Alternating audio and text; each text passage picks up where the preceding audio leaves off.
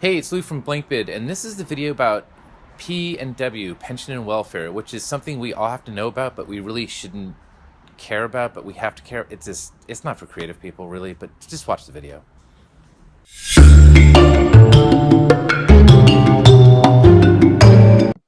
Hi, and welcome to BlinkBid.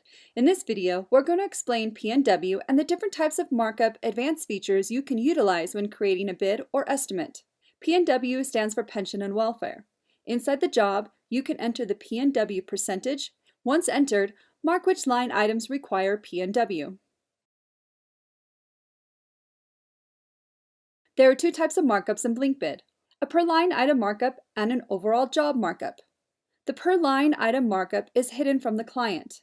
The overall job markup is client-facing and used for jobs like TV commercials where the production company makes its fees via standard markup percentage.